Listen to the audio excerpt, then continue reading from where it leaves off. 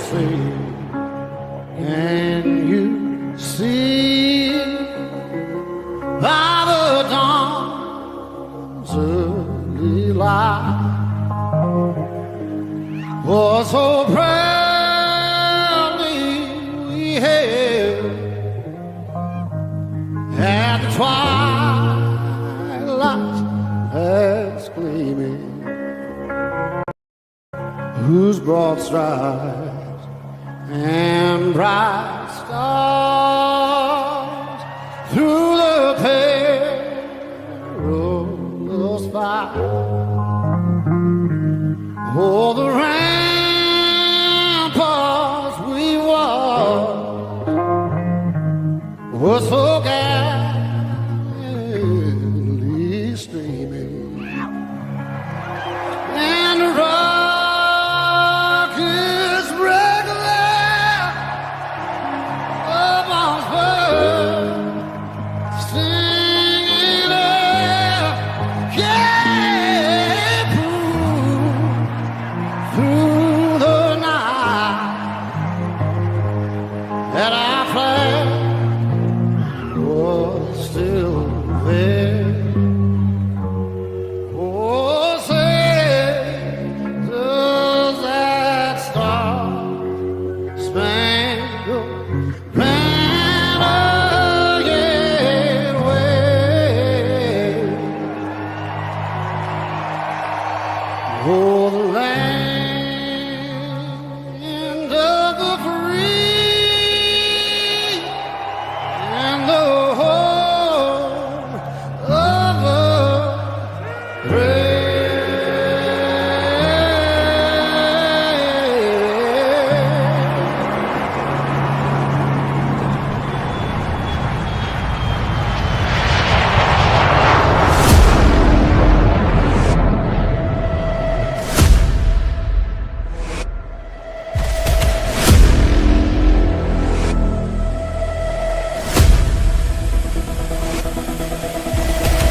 Welcome to Inside the Gamecocks, the morning show. Presented by the Barndominium Company and Resto Pros of the Midlands. Part of the Chief Sports Network. Go Gamecocks! He'll be fire on the mountain.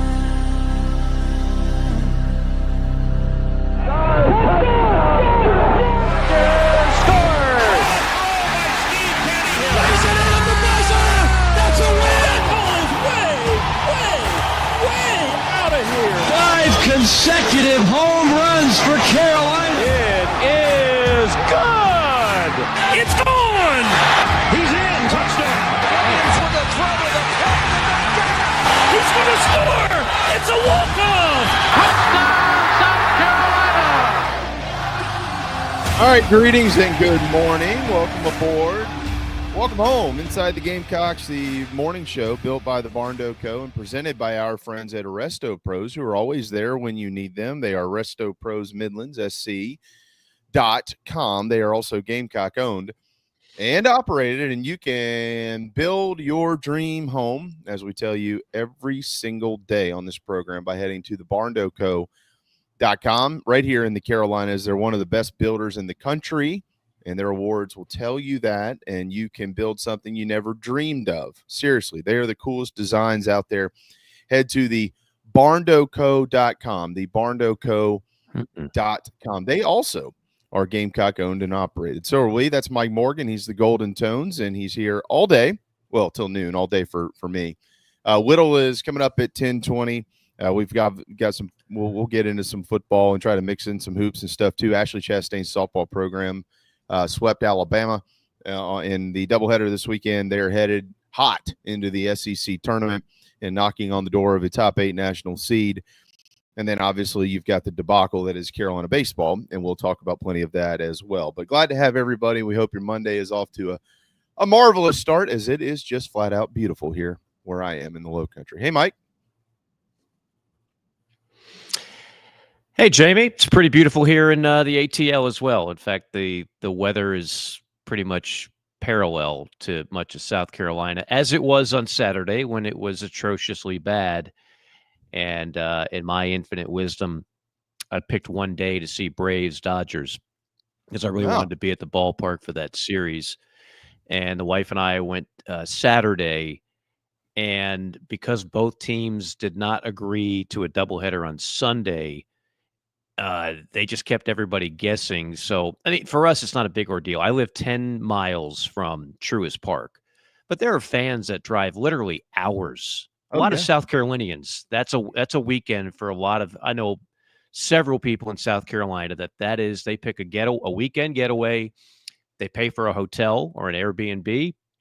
They go to Atlanta. They buy tickets to a game or two, and it's a big deal. And so, obviously, the Dodgers, it doesn't get any bigger than that. They're everybody's favorite to defend their national World Series championship. I'm still in football mode.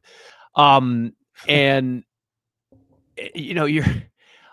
look, I did that job where you're working the pregame show and getting everybody ready for the event. You're trying to stay optimistic. Hey, the radar doesn't look good. I'm still good. She could play this. Well, there's a 3-hour delay, and there's a policy there, and I don't know what it's like, Jamie, at all the Gamecock.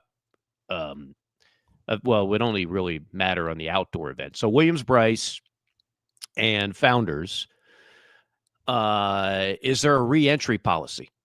So at Truist Park, when you're out, you're out. Even if you just want to go right there to the Battery, the Braves own everything. All the restaurants and bars, the Braves own it. So you're putting money into their coffers. But once you go out of that stadium, you can't go back in. Mm-hmm. So you're really just stuck. And then we started looking at the radar and like, I don't care what anybody's saying. This thing ain't starting for hours, not minutes, hours. So we just left. The game then starts at 10:15. The crowd has been severely thinned out. You never get the same level of intensity. I hate when teams do this. I at some point, if it looks like it, just bag it and just do it. Just play 2 the next day. Don't put everybody through that crap. But anyway, not to start the show on a bum note, but you did mention the debacle that is Gamecock baseball. So I figured in line with that, I would talk about a bad weather story to kick things off. But like you said, it's beautiful today. It was beautiful yesterday, and the Braves did win that one. Yeah. I have some thoughts, Jamie. Mm-hmm. I'm bringing something to the table. Okay. And I'm sure it'll be met with, oh, I don't like that analogy or what have you. I started thinking, because I know where this fan base is when it comes to Gamecock baseball. And I can hear it in the tone of your voice. I know where you are. And you are the most optimistic person I know when it comes to all things Gamecocks. I started thinking about the 3 hires that have been made. Mm-hmm. And they all are different in their own way, right? So you start off with Chad. Chad is one of the top assistants in college baseball for a while, was an elite recruiter, and had already turned down the Tennessee job. Chad could have had a number of head coaching jobs. Right. He was very high on the list of assistants. So Ray, it was natural. I mean, you can be critical of that hire, but anybody in their right mind would have hired Chad at that point. It doesn't work out. Chad gets laid off, right? So then what do? There's no way Ray was going to hire someone that did not have head coaching experience at that point, right? You tried the hot assistant. It didn't work. Now you got to get somebody with head coaching experience. I know for a fact, if Florida doesn't win the national title in 2017, is that what we're talking about? When Kingston was hired, 2017? Yeah. Okay. If they don't win the title, Kevin O'Sullivan is coaching in Columbia, not Gainesville. Have that on beyond good authority from multiple people. Ray put all his eggs in that basket. It just so happens Florida wound up winning the national title. What happens then? Well, now Sully's got all the leverage in the world, and he can go to the Florida AD, who at the time was notoriously cheap, and say, you're going to get me all the facilities I want. You're going to invest more money in baseball. And, oh, by the way, you're going to make me one of the highest paid coaches in the sport. And all that happened. So Sully never gets on the plane to come to Columbia. And now you're scrambling a bit, but you can't hire an assistant. You got to hire somebody with head coaching experience. Mark Kingston, say what you want. Mark Kingston was an elite assistant, multiple places, I'm talking places that won national championships like Miami. And he did a good job at USF. I mean, USF has been irrelevant before and after Mark Kingston for the most part. He took him to 2 tournaments in 3 years. I covered one of those.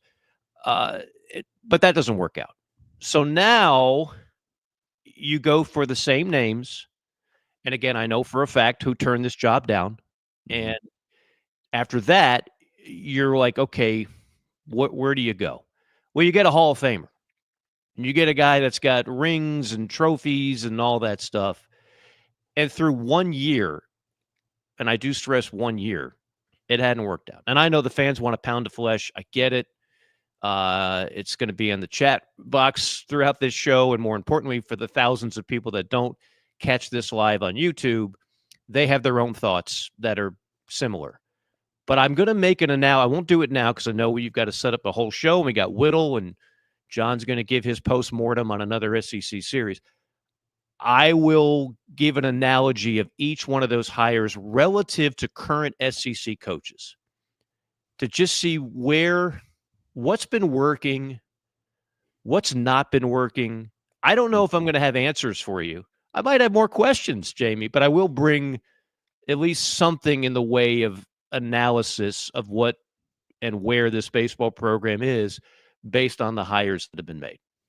Yeah, and I'm obviously looking forward to that. Look, here's the thing. You know, there's only so many things that I truly want to invest my time in life, and when I do that, I'm going to make sure that I'm right or good at it. But this isn't about me. It's about an evaluation of the program. Losing games in year one under a coach, that doesn't bother me. Never has. I don't care about that. Like, you're building a program, you're building a program. You know, and building a program is going to take time, or rebuilding a program, or whatever it is. The issues that I have go beyond wins and losses. The issues that I have are, how is the program being run? You know, and what are the relationships like? And are you getting the most out of your players? I'm trying to figure out how I'm watching all these guys that have played here for the last 1, 2, 3 years, and they're all worse. Like, I can't figure that out. I mean, I played this game, and everybody that I know that's played this game can't figure it out either. So if you don't want to take my opinion, take theirs. You know, I'm trying to figure out why, you know, sources that I have that are good sources that are probably not the obvious ones that a lot of people would think because they've seen them on this show before. There are other sources, like the ones that you don't ever disclose, that type of deal. You know, why 2 guys on this coaching staff don't communicate with the rest of the coaching staff? Why is that? Or why players are getting text messages from girlfriends that they're in the lineup? Why should someone's girlfriend read the lineup on Twitter before you know that you're in the lineup? Or why are they not responding to the 2 men that have been put in charge of this thing? Like, there's this big theory out there that like Monty Lee is the recruiting coordinator. I got news for everybody. Monty Lee is not the recruiting coordinator. That was taken away from him last year. Okay. And then they spent over $1 million on this roster. And this is what you're looking at right here. I got more news. Mike, you've been calling a lot of games for a long time. You know what it looks like. South Carolina does not have one of the most talented rosters in this league. You've said that time and time again. You're dead on, spot on about it. But they ain't this bad either. They're just not. And so if they're not that bad, why are they playing that way? And you know, so that's where I come to the conclusion that I came to, which is there's a total disconnect, and there is no response between who's in charge and who puts a uniform on and goes out and plays in it. There's no, I mean, I don't really, like, I don't know how else that could be comprehended. Like, I'm not sure. I've seen teams with less talent play better, you know, that want to show up to the ballpark and play.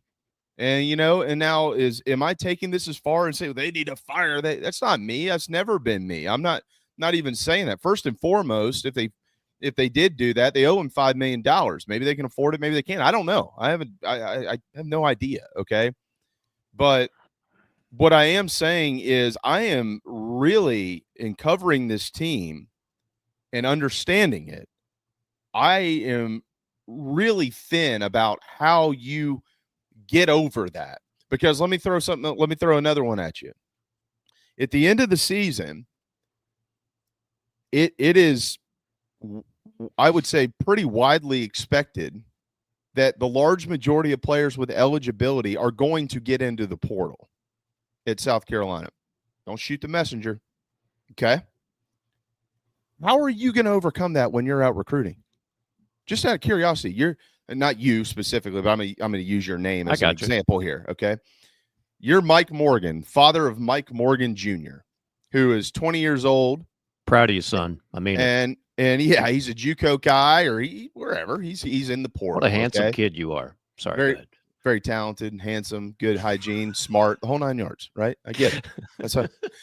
So, and you've got stay away from girls, son. Stay away from girls. You've got the staff or a member of the staff that walks into your living room and is recruiting you to play here at South Carolina. Well, if you've got any sort of brain as a parent, you ask them, why is your whole team in the portal? And regardless of the response, it ain't going to be a good one. Well, they weren't very good players, so we needed to go get. Wait, you recruited a team full of kids that weren't very good, and now you're just getting rid of them? What if that happens to my kid? Or, well, it wasn't our choice; it was their choice. Well, why? Well, why did they all get it? Why? Why are all these guys leaving your program? Why is that? Like, that's just a huge red flag. I don't know how you recruit around that. I'm not kidding. Like, I don't know how you recruit around that. Now, I'm painting a pretty bleak picture here, and I get it. There's probably some people that need to stay off the bridges, and I'm sorry, but like, that's the way I see it. And they ask us to be honest, right? So I'm going to be honest with people. That's the way that I see it. Now, the other side of it, as you pointed out a moment ago, Paul Maneri's won over 1,500 games in college baseball. Obviously, he's done something right in his career. I mean, the guy's won a national championship. He's done marvelous things. He's a Hall of Famer. So clearly he's done something right in his career. And obviously he knows how to win. Okay? So I'm not saying that it can't happen at South Carolina. I believe that it can. But this picture just keeps getting bleaker and bleaker to me. And just watching the response of this team and the guys that put them in the uniform to go out there. And the communication and stuff, like, I don't like it. I just don't like it. And I don't know what's going to be next. I don't know if it's going to, I don't even know if it can get any worse. I guess it probably could, but it's really right now, Mike, again, wins and losses. That's, I don't care about wins and losses. You build programs, you're going to lose games when you have coaching changes and stuff like that. I get it. That's okay. That's all right. But you pair that with things like, didn't realize how good this league was. Really? Everybody else on the planet knew that, and you didn't know that. Or maybe you did, and you didn't mean to say it the way that you said it. I don't like it. I don't like where this thing is. I'll just be point blank. I think you speak for many on that. I don't disagree with anything you just said. I will say one thing that makes baseball, in my mind, unique, Jamie, to football and basketball. Because you see this happen in football and basketball from time to time, where, yeah, the team's not very, relatively speaking, it's not ultra talented. Okay. They were picked bottom third, in some cases 15th in the league for a reason. And it wasn't based on Paul Maneri, the coach. It was based on the roster in contrast to the competition in the SEC. But I'm right there with you. They should be better than what they are, and you shouldn't get completely smoked by a Florida team that, yes, is finally playing good baseball and they're playing for their postseason lives. But you're getting the body English isn't good. Everything is just off right now, right? We say that. Ever been in a relationship where just things are off? Yeah, it's awkward. It feels awkward. It's just like, I don't know, man. This is just not working. Things are off. But baseball is unique in that, Jamie, you know this. You played the game. When you're in that lineup and you go to the plate 4 or 5 times, I don't care who the coach is. Your goal is the same. It's to get a friggin' hit. It's to get on base. I don't care who the coach is. Yeah. When you're in that batter's box, not a whole hell of a lot a coach can do for you. When you're on the mound and you're the starting pitcher, your job is to get people out. Now, maybe you don't like the pitching coach. Maybe he's not your buddy. and maybe you disagree with a lot of things, but you're still going to do everything you can. Even if you're just, this is the great thing about baseball, you could be the most selfish person in the world as a player. And that selfishness can only help your team via productivity when you're in between the lines, okay? Either at the plate, on the mound, or in the field. You may hate the coach. You may disagree with everything, but you're still going to try to do the best you can. Your stats, you mentioned the portal. Well, if you want to get the most quality offers in the portal and the most amount of money in the portal, guess what? They're not going to care about your relationship with the coach or whether or not you like the staff. They're going to look at, well, could he hit? Did he have power? What are his tools? If you're a pitcher, did he get guys out? Does he have good stuff? That doesn't change based on the coaching staff.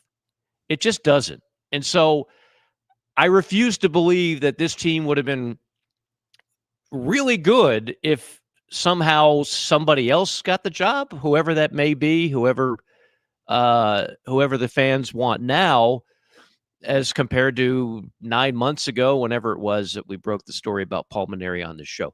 You understand what I'm saying? Like, yeah. I get everything that you said, and I see the same things that you're seeing. Granted, I didn't see it so much in the one series I did because they played well against Ole Miss. They won 2 out of 3. If they had SQ on the third day, maybe they would have won that game too. Who knows? But taking the season as a whole, I get it. Like there's clearly, it has not been a marriage made in heaven. And very often when a new coach comes into town, and Paul's used to having, look, Paul went to Omaha 5 times in a 10-year span at LSU. Yeah. He would be the first one to tell you he had elite talent. It wasn't all like masterful coaching strategy.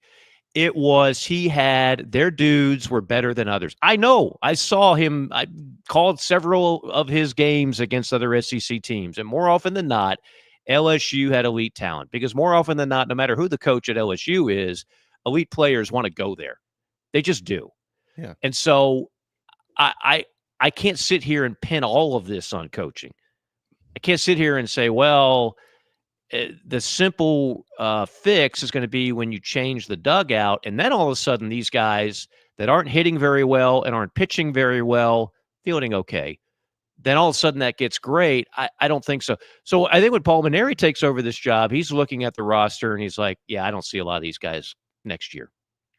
I think he's planning. He already thought that the portal was going to be very active because he wants to bring in his guys like most coaches do. Now, where I think the big judgment is going to be is, who do they get to come to school at Carolina in 2026, Jamie? Because that is going to dictate a lot.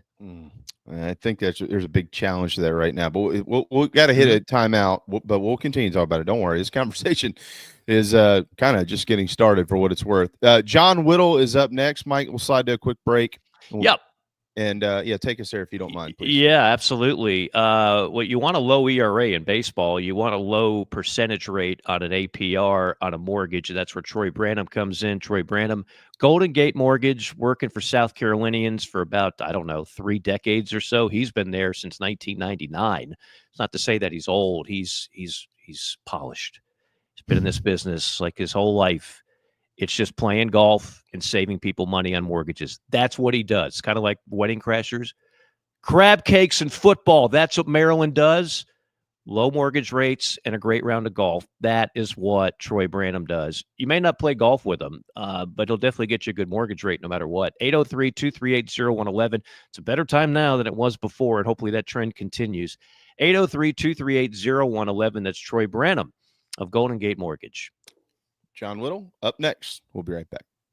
I said, oh, Lord Jesus, it's a fire. Ain't nobody got time for that. Disaster comes uninformed. During and after natural disasters or accidents, there can be a heavy loss to property. It can become extremely difficult to bounce back to what you knew before. Having your home or office destroyed or damaged by water, fire, smoke, or mold affects your personal and business lifestyle. Resto Pros of the Midlands is here to help. Open 24/7. Call them when you need them. 803-493-0170.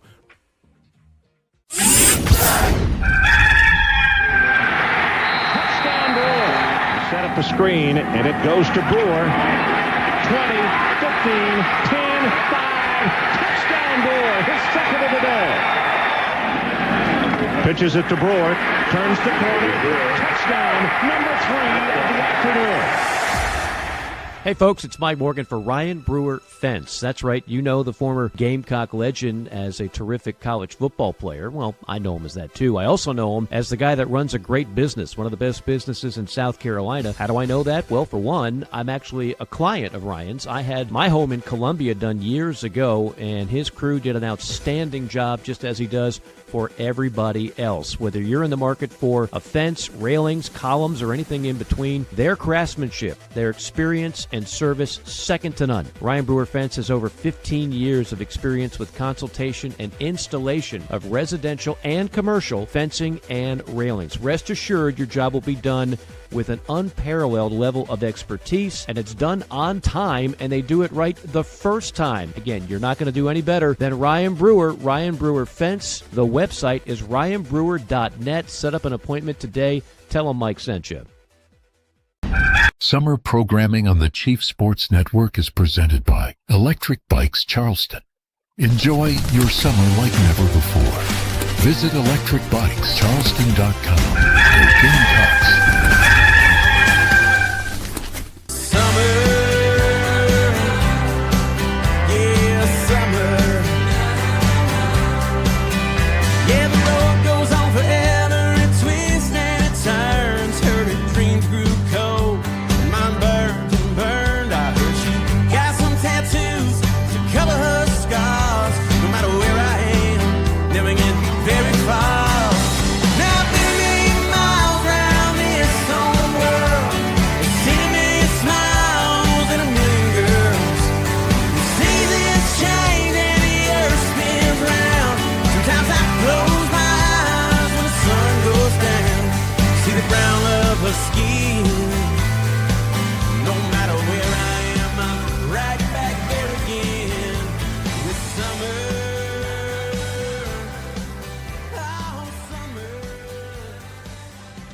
All right, it is 10:27. Welcome back inside the Gamecocks, the morning show. There is John Whittle with the Big Spur. Hello, John. Rough weekend around the yard. We will get to the good stuff here in a little bit. Gamecock softball, but tough times at Founders Park. What'd you make of it?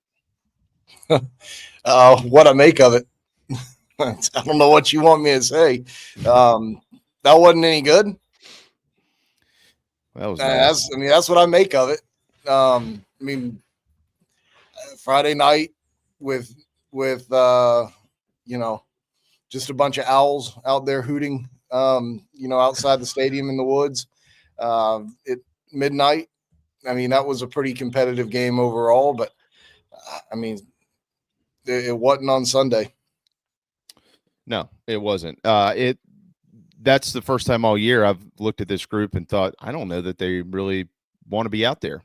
To be honest with you, I'm not questioning, I could be dead wrong, and I'm not questioning players and quitting and stuff like that, but it just felt to me like I've had enough. Like Mike referenced a bad relationship a minute ago, like you just walk in, you're like, I've had enough of that. I just can't do this anymore. That's what it felt like, to be quite frank with you. I don't know if that makes sense or not. Yeah. I don't know what you want me to say. It wasn't.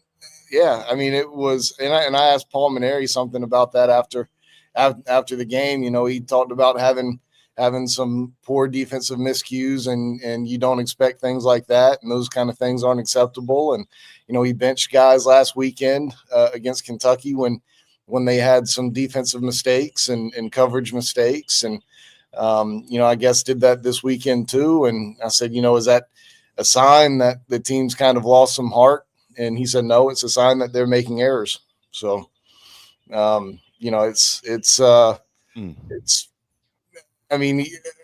can understand where you're coming from with that statement. Let me ask you this. Just in being an observer of this, covering the team, do you feel like this group of players thinks that the leaders of this coaching staff have their backs? I mean, no. I mean, there's, and I don't know how you could. I mean, Paul's been kind of throwing guys under the bus for a lot of the years. You know, he told you on Monday, last Monday on 107.5 when he does his postmortem on that station that, you know, we just have to go out and get better players, and we're going to try as hard as we can right now. But I mean, that doesn't. If that's the message you want to send, that's fine. That's one way to go about it. But, you know, to answer your question specifically, no, it doesn't. If I'm a player, it doesn't feel like, you know, he's got my back. Mm-hmm. Yeah, I'm trying to decipher, you know, like Bo, for instance, didn't play this weekend. Now, I don't know Bo Hollins's injury history or anything like that. And I'm not saying that I'm not trying to insinuate that Coach Benary was lying to us either. That is far from it. But, you know, one of the things, Mike, we reference coach speak often, right? And all kinds of, well, that's coach speak. Well, there's a reason for coach speak.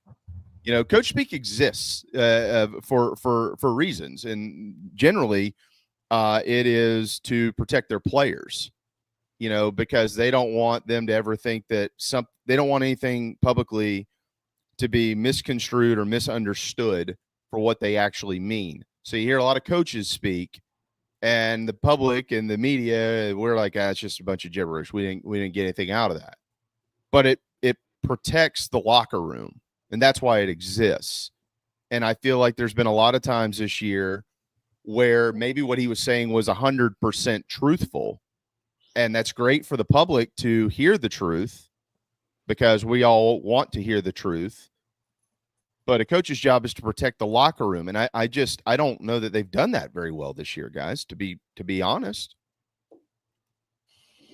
Yeah, I mean, I would agree with you there on that. And, you know, I do appreciate a coach who is as honest as he can be. But there is too honest, and for the reasons you addressed. And, you know, it's crossed that line a little bit, but, you know, obviously when things are going poorly, you dive into that more than you do when you're winning. So, you know, but this season is going about as excuse me, about as poorly as it could go. You know, there aren't many teams in, you know, the last 15 years of the SEC that have been this bad. You know, South Carolina might make it to 7 wins this year in the conference. I mean, they could win 2 out of these last 6 games. They could win more, but there's only been 3 teams in the last 15 years that haven't won at least 7 games in the conference. Obviously, it'll be 4 with Missouri this year to add to it, but, you know, South Carolina might join that elite group that includes Missouri from 2014 and Alabama from 17 and Ole Miss from 2022 that, you know, didn't even reach the 7-win mark. Very good. Well, let me ask you a question about the players. You cover baseball recruiting, don't you, John? Yeah. Okay. Does anybody else cover baseball recruiting in this state, or is it primarily just you?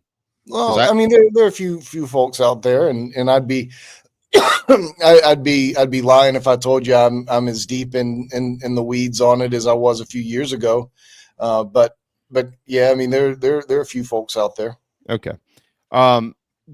Did you cover any of the players on this current roster who were being recruited by South Carolina baseball? Oh, sure. All right. Did anybody else want any of these guys, or were they just a bunch of losers that nobody wanted? Oh, goodness. No, these guys were wanted by a lot I mean, can you any? I'll give you one specific example that, you know, I think means something. You know, Aiden Palmer was over at Florence Darlington Tech, and as you guys know, most folks go to junior college and stay for 2 years. That's kind of the deal. You'll see guys leave after 1 year occasionally, but they usually go and stay 2 years and then go to another school or into the draft or what have you. Mm-hmm. Well, Florida was sniffing around really hard on Aiden Palmer, and Florida wanted to get Aiden Palmer after 1 year at Flodar. And you're talking about the Florida Gators, Kevin O'Sullivan, one of the best pitching coaches in the history of the game. That's who you're talking about. Okay. Right. Wanted him, and now South Carolina ended up landing him. So, that's one example that kind of stands out really dramatically. But most of these guys could have gone anywhere. KJ Scobie was committed to Louisville at one point in time, and when he opened that door, he could have gone wherever he wanted to go. I mean, these guys were recruited by everybody. Okay, so I'm not saying that they have the most talented team in the league. I think we could all agree they don't, but they don't have the least talented team in the league, do they? Or like they shouldn't be playing in like the SoCon, should they? I mean, they've got players this team should not be outclassed like they have been for most of the year. It's just, there's just no two ways about it. I mean, like I went through it in a story this morning. I mean, last year's team, this time last year, when we were talking on this Monday last year, South Carolina was ranked 13th in the country. They were projected to host a regional. 48 out of 54 games this time last year, they were a pretty darn good baseball team. It fell off at the end for some various reasons, but this wasn't a bad baseball team. But you've got four starters back from last year's team, and you didn't upgrade at catcher. That was going to be hard to do, losing Cole Messina anyway. And it's a stark difference from last year to this year at that position. But you're better at first base. You're better at second base. You're better at third base. You're better in center field. Miles better in center field. No doubt. And then you've got three other starters, and then your fourth other starter was Will Tippett, and they've gotten more production out of that shortstop position than they did last year. I mean, you're better almost across the board from a position player standpoint.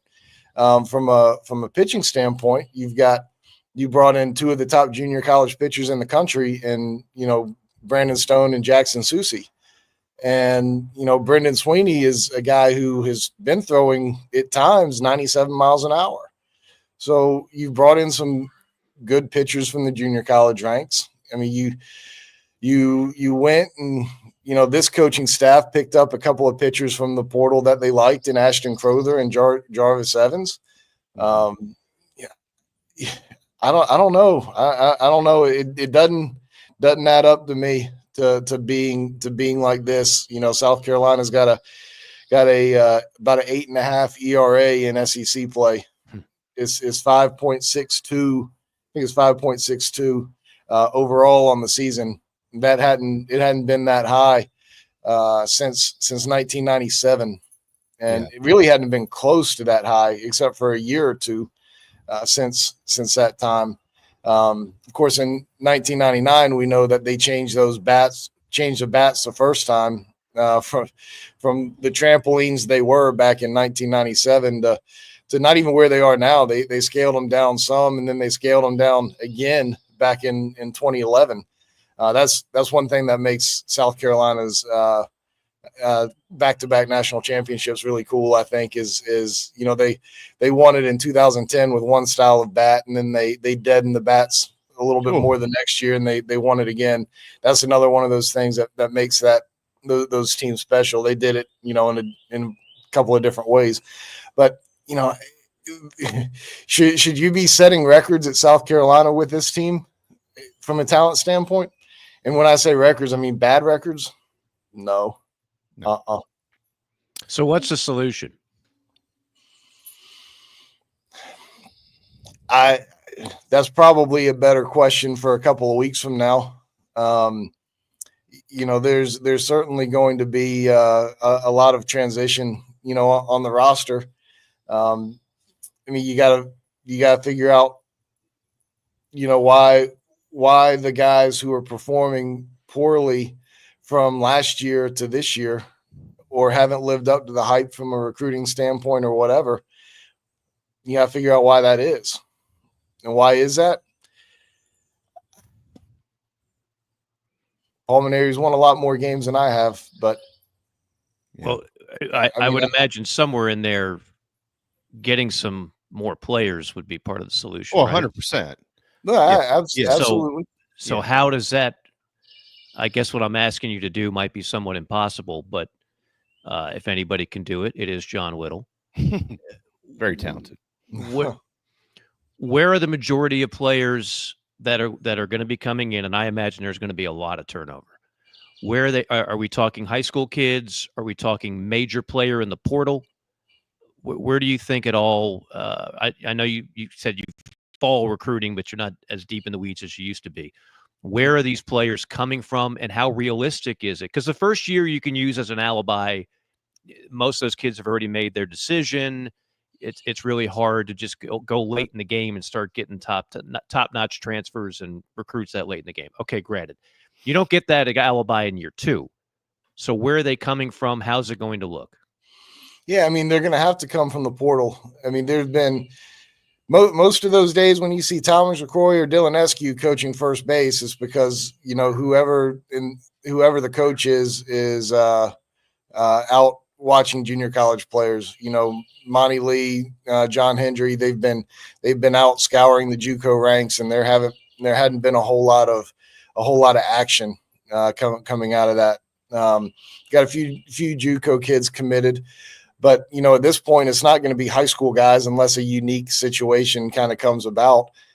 It's going to be guys from the portal, and we know that portal guys cost money. There's a premium you have to pay when you go get a guy from the portal versus, if you recruit them as a high school kid and they love it here and want to stay around. Like if you went and got Lenora Sellers or Ethan Petrie out of the portal, like you're paying, probably twice as much at least is what, South Carolina is having to pay them now.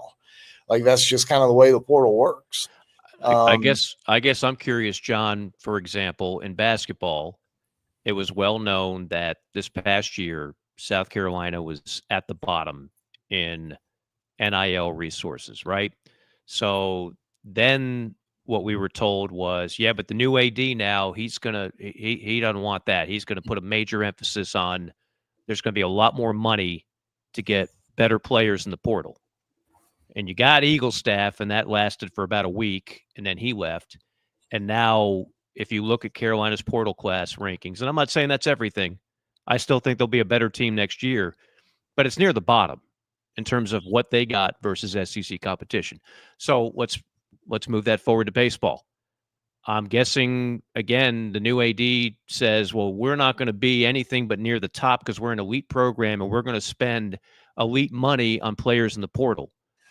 So what does that look? What is that number then? What is that dollar figure? I'm asking you because I don't know. Yeah, well, that's a great question. Well, yeah. It also depends on, what's going to happen with that house settlement too. Is that going to go through? Like, is it going to be revenue share? Because revenue share is not going to make a difference on impacting NIL in a positive way from last year to this year. South Carolina spent 4 times the amount of money this year on players as they did on last year's team. Like, I mean, that's mind-boggling to me.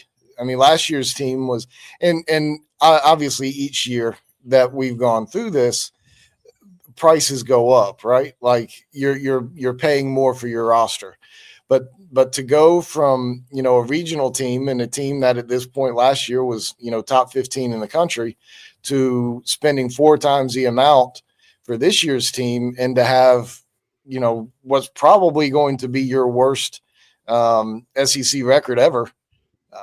I mean, it doesn't line up to me. But to kind of answer your question, if the house settlement passes and we're talking revenue share, like South Carolina baseball isn't going to get the same revenue share to go out and woo players with money as they had this past off season. So, I don't know. I mean, it's going to be a real challenge. And as basketball is the basketball team, like you brought up, found out, like when you're that bad, you have to go out and overpay kids to want to come play for you. Mm-hmm. So, it's hard for me to see, a great path to rebuild this thing particularly quickly with the way things are right now, because as Jamie was alluding to earlier, when there's obvious discontent, and there's obvious discontent, and it will become even more obvious when the portal opens here in a few weeks. That's going to raise red flags to players who are making decisions about where they want to go to school. So, Lamont had to deal with that this past offseason. Paul Maneri is going to have to deal with it this offseason with baseball. I what you said about the portal is a great question from Mike. That was not a gotcha question or anything. It was pretty point blank question, and it's a real one. I would add to that though, John, and I know that you'll certainly agree with this. Like I'm over this fraction of people that thinks that just all these guys suck, and that's why I asked you that question earlier. I just want to make sure Sakana wasn't the only one that recruited these kids. I think that they need to develop the core of this group. Like, you can't lose KJ Scobie and Bo Hollins and these guys, a lot of these pitchers and stuff, like, they're not bad. They're not that bad. And you know what? Even if they're not as good as some of the other guys, when you develop freshman year to sophomore year to junior year to senior year, and you stay in the program for 2 or 3 years, you get better. Even if you are above average talent and you're not elite talent, those are the guys that you're looking for in the portal. Those guys that I just explained, who were developed for 2 or 3 years, and then they're not in the draft, but they can still help a college team. You've got that opportunity right now. They're right there. They're on your roster. And so if you start seeing those guys jump into the portal, that is a huge red flag. Huge red flag. Like, it is the biggest red flag on the planet. And, so while, they have to go, they're going to have to be heavy in the portal. Absolutely. Again, I'm not talking to you, and I'm not talking to Mike. I'm just saying my piece of it. They have to develop the players that are in their system. You can't just be running off everybody every time we don't think that these guys are good enough. You'll never win that way. And so I in theory, people make it sound so, we just got to go get better players. Okay. You want to replace 20 kids a year? Have at it. You're going to suck. Let me say this. I know for a fact they want to keep Scobie and they want to keep Hollins. That's not an issue. I know that it's not an issue on their end. Do they want to go? It's up to, look, Scobie committed to Louisville, as you guys talked about. He's got ties to the state of Kentucky and to the state of Florida. He's going to be heavily coveted in the portal. Hollins is a guy who is a Major League Baseball legacy, who's big, who's strong, who's only going to get bigger, better, stronger. These are guys that are going to be offered in the portal. There's no doubt about it. But let me just say this for the coaching staff, if nothing else. It's not as if they don't know what talented players look like and don't want to keep the ones they have. They do. Whether or not they're able to do it, I have no clue. I don't know. I don't know what is going to be offered and so on and so forth. In the perfect world, they keep guys like that and a couple of good young arms, whoever those may be, and then they fortify the roster with guys in the portal that are proven productive players from other spots. That's the perfect sweet spot. It's up to the coaching staff to get there. I don't know if they do or they don't. And I agree with you. But I agree too. That's what they got a late start last year because of the hiring process. There's no doubt about that. There's no doubt about that. But they had a lot more to sell and still enough time to go get good players. Last year, and they had more money. Like, you're coming off of a season where you went to a regional. You should have some new energy with a new coach, and you can sell, his College World Series pedigree, as you mentioned, five College World Series trips in 10 straight years at LSU. You should, and Terry Rooney's known as a great recruiter or whatever, but you had a lot to sell to a pool of players big enough to get some quality ones, and you didn't go out and do it. And my point is, it's going to be a lot more difficult this offseason to go get the number of impact players that you need because of roster transition, whether it's guys graduating or guys leaving, regardless. I mean, there's guys that fit into both categories. It's going to be a lot more difficult this offseason after you haven't been to a regional and have the 15th best program out of 16 in the SEC, and you have less money to spend.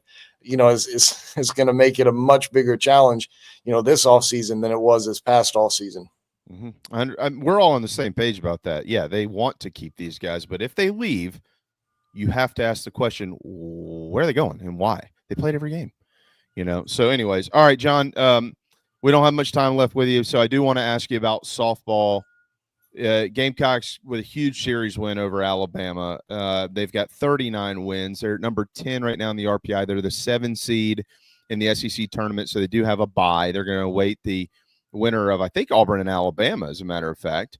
And I don't think Auburn and Alabama played each other this year in softball. I thought they were rivals. What in your mind do the Gamecocks need to do in this SEC tournament, other than win it clearly, to maybe secure a top 8 national seed? I think it's a foregone conclusion they're a host. They're going to host. But what do they need to do to be a top 8 national seed and secure home field throughout the postseason? Probably a lot. Okay. Probably a lot. I mean, they're going to have to go down there and win a couple of games. I mean, you'll play either Auburn or Alabama, as you mentioned in that first game, and then if you win, you play. I believe it's Texas A&M, who's got the top RPI in the country. I think you have to win that one for sure to have a good case at a national seed.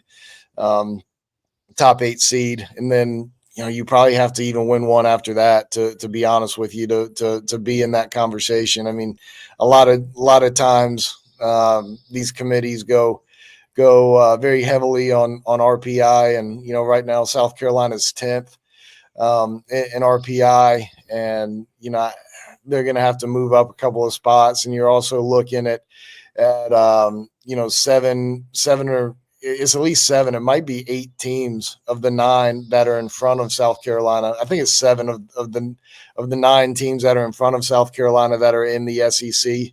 So you're probably going to have to pass a couple of those SEC schools to be one of those top 8 seeds, because they don't want every school to be a national seed or a top 8 seed. So I think you're probably going to have to at least make the semifinal to be in that conversation. And of course, if you win the tournament, you're going to be a top 8 seed and probably jump up, pretty big in that number. But, I think you're probably going to have to advance to the championship or at least to the semifinal to be in the conversation. What's really neat about this, what's in their favor too, they have not lost a game, quad 2, quad 3, or quad 4. All 14 losses this year for South Carolina are quad 1. And additionally, on the quad 1 conversation, the Gamecocks have played the most quad 1 games in the country, tied with Alabama. South Carolina also has the most quad 1 victories in the country with 23. That is tied with Florida and with Texas A&M. And John, as you just pointed out, if they're able to go get 1 or 2 more wins, 3 wins, something like that here in the SEC tournament, you're going to have 24. They have the second most quad 1 victories. Texas has the most at 24. But regardless, they'll have 24, 25, maybe 26 of them. That's going to be, I think that'll be their calling card if their RPI is right there, 8 or 9, something like that. That's good. That's what they're going to bang the drum on. They're going to say, well, look at all of our quad 1 victories and we have no bad losses. And we'll see if that's enough or not. But regardless of the fact, they're going to be playing in home at some point in time in the postseason, definitely in the regional round. And this has just been a miracle worked by Ashley Chastain and her staff, man. Wow, crazy. Yeah, it's been incredible. And, she deserves a ton of credit. I mean, I thought the path of upward trajectory in softball in the SEC was going to be a very steep mountain to climb. And, I thought Ashley had a chance to be really good here and thought she had a chance to put together a competitive team this season, but I certainly didn't expect this. I thought South Carolina would probably be I thought South Carolina would probably be an NCAA tournament team this year, probably. But, to be talking about a potential top 8 national seed and having the road to Oklahoma City, pass through Columbia, I didn't ever dream that it would happen this year. And, I thought it would be difficult for it to ever happen, to be honest with you, just because that SEC softball is so competitive. But here we are. This is neat. I'm looking forward to covering it. All right. Did we miss anything? Is there anything that? No, we missed Mike. He just disappeared into the maybe back into that beautiful wall art that he has. He might have gone to play the piano back there. All right. Well, John, thank you for your time, man. It's always a pleasure. There's no doubt about it. Unfortunately, the main subject this time of year is Gamecock baseball, and it's been tough, and we get that, but you do a marvelous job of covering it. You got one of your guys in your chat box ask a question, so since they're subscribers, I'll be glad to answer it. It's going to be well below. Rev share is going to be well below that number that Craig was asking right there. So, take that for whatever it's worth. Can they sneak it in before if the house settlement comes in? It's already late, right? Yeah, I mean, as long as that house settlement hadn't happened yet, they can still use some of that funny money, right, in there. So, which is what everybody else is doing. You're right. Yeah, and they've tried to get some NIL deals done with current players on the roster, and have in some instances, but these things aren't binding and enforceable. So, if they want to go into the portal at the end of the season, there's going to be nothing preventing that from happening. And, folks will start raising their fist. What about Arkansas and that quarterback? And I mean, it's not going to happen with baseball. We're not talking about the same kind of dollar figures. What's Arkansas trying to claw back from Madden? What, like $400,000 or something? Oh, I don't know.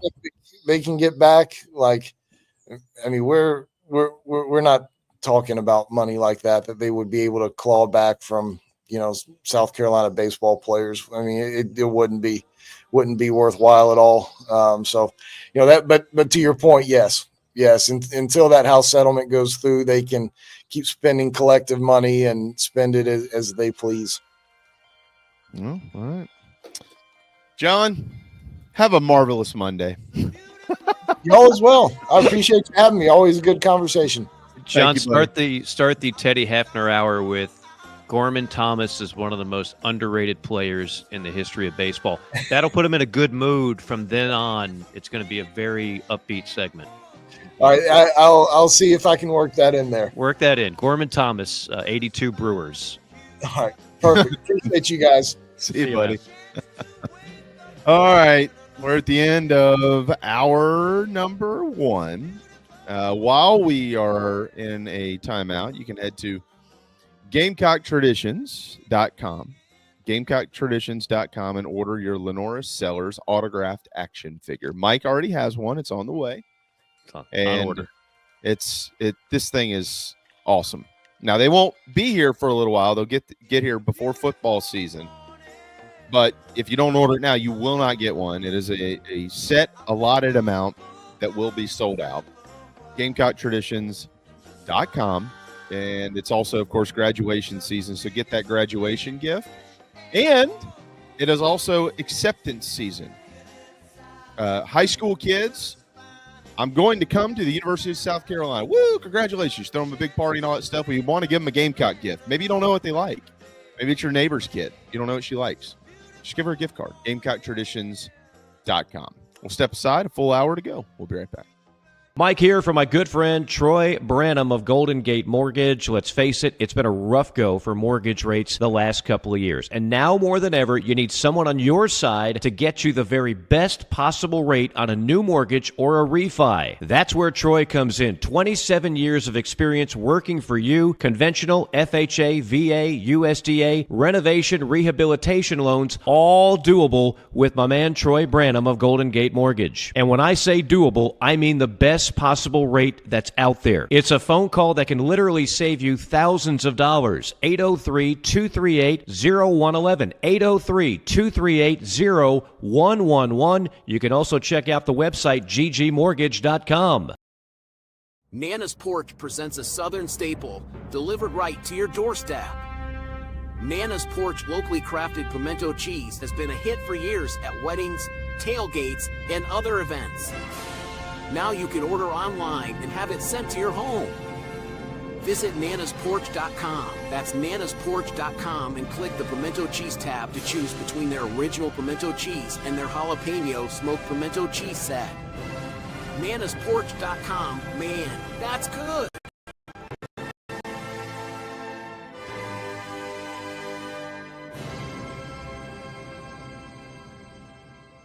It's gone! That ball is going to be out of here! Fair ball in the corner! The atmosphere in Founders Park is electric. There's nothing like being loud and proud for our Gamecocks. Gamecock Traditions proudly supports Carolina baseball and wants you to look your best while you're at the ballpark. Come see us and choose from the best selection of game hats, hoodies, shirts, and all that entails the baseball logo. From tailgate gear to jewelry and plenty for your kids, Gamecock Traditions is your Gamecock baseball locker room. Don't forget, we have the widest selection for all sports and USC apparel. Come see us in Lexington or in the village at Sandhill, or order online and have it shipped to your doorstep at GamecockTraditions.com. Go Gamecocks!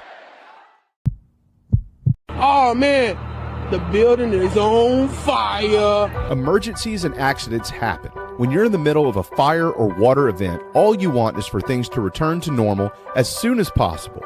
Resto Pros of the Midlands is with you, guiding you through the process and working with you to get your home or office back in working order. They'll answer your questions, discuss procedures, and can act as your advocate when it comes to processing your insurance claim. Resto Pros Midlands SC.com. Open 24/7 when you need them. Quality that is guaranteed.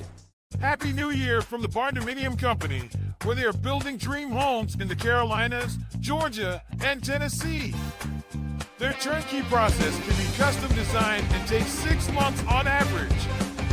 Make your dream a reality. Visit thebarndominiumco.com. Thebarndominiumco.com.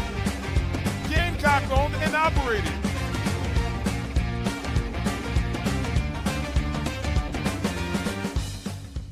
Welcome to Dry Space Crawl Space Solutions. Basement crawl space encapsulation designed for your specific needs. Your crawl space can be susceptible to all sorts of issues, including moisture buildup, mold growth, and structural damage if not cared for properly. Let our trained experts provide basement crawl space encapsulation solutions to protect your home, improve air quality, and enhance energy efficiency. Schedule your consultation today for a safer, healthier space at dryspacecs.com. Dry Space Crawl Space Solutions, proud supporters of your South Carolina Gamecocks. This is my dirt. Welcome back to Inside the Gamecocks, the morning show. Presented by the Barndominium Company and Resto Pros of the Midlands. Hour 2 starts now. Yeah, I'd hate to be the first to sell. This is my dirt, these are my fields, where I harvest what I plant. That little pond, I catch bluegill. I built that barn with my 2 hands, where I raise my babies, a piece of me. Now this ain't just a piece of land. The money be great, but I can't part ways with a life that works. You can't put a greenback dollar on what it's worth. This is my All right, it is hour 2 inside the Gamecocks, the morning show, the golden tones of the great Mike Morgan here with me. Thanks to John for joining us in that last hour. Love it. Always love having John on. He's very willing to do anything that we ask. We're always appreciative of that. I know what he's going through too. You know, he's a journalist first, but he's also a fan of sorts. And when you're nobody covers Gamecock baseball or has covered Gamecock baseball like John Whittle has. Mm-hmm. And when you're covering a team and you're going through this, it does get to you personally a little bit. It's hard not to be. I know as an announcer, it definitely got to me. I took losses sometimes I thought harder than players did, just because you truly are rooting for the guys, and you feel the pain of the losses and just the morale. But I mean, I think some of that you could just tell. I've never seen John. I mean, every segment when we start bringing up the subject of Carolina baseball, he looks like somebody shot his dog. And I don't know if John has a dog, and I certainly don't recommend him shooting a dog if he had one.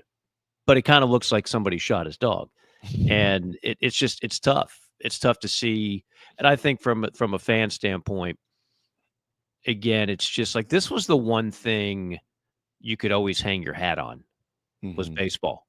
Football had peaks and valleys. Basketball has had a few peaks, a lot of valleys.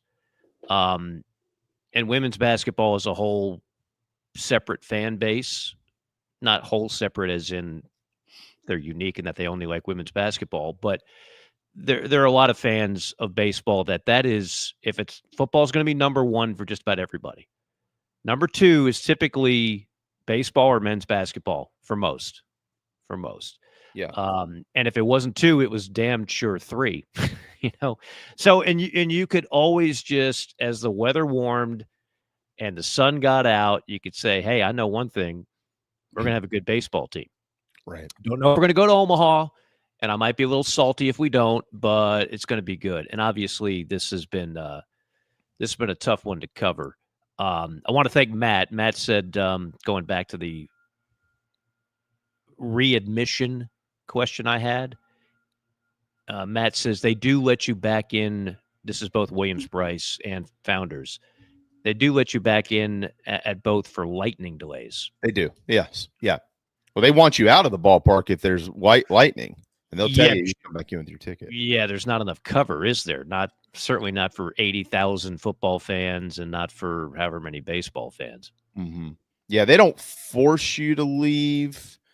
They do force you out of your seats. I remember the Missouri game a few years ago at Williams-Brice Stadium, and they made everybody go downstairs, and then and encourage you to leave. A lot of people didn't; they just kind of lingered around. But a lot of people also left, and then came back in.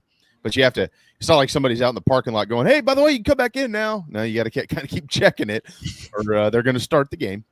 But yeah, you can. I think though, if memory serves me correct on this, I'm pretty sure there was a time where that was not the case. If you left, you were out. And they've reversed course on that. Like at Clemson, you can like leave, walk outside, have a beer, walk back in. Of course, they also let you on the field up there. So. Yeah, they tell you to seek shelter. We had a gentleman on X chiming in, Steven. He had quite a few things to say. Let's see if I can get the last one. You all agree he's a Hall of Fame coach. They need better talent. It's obvious. But now you guys are questioning the coach. I don't lump everybody into the same category, Steven. I didn't get into the weeds on that. Trust me. Maybe he's forgotten how to coach. Yeah, he said something else too, but I don't know. Look, at the end of the day, you already have it, Jamie. You see it all over the place. Starting to talk about names and everybody else.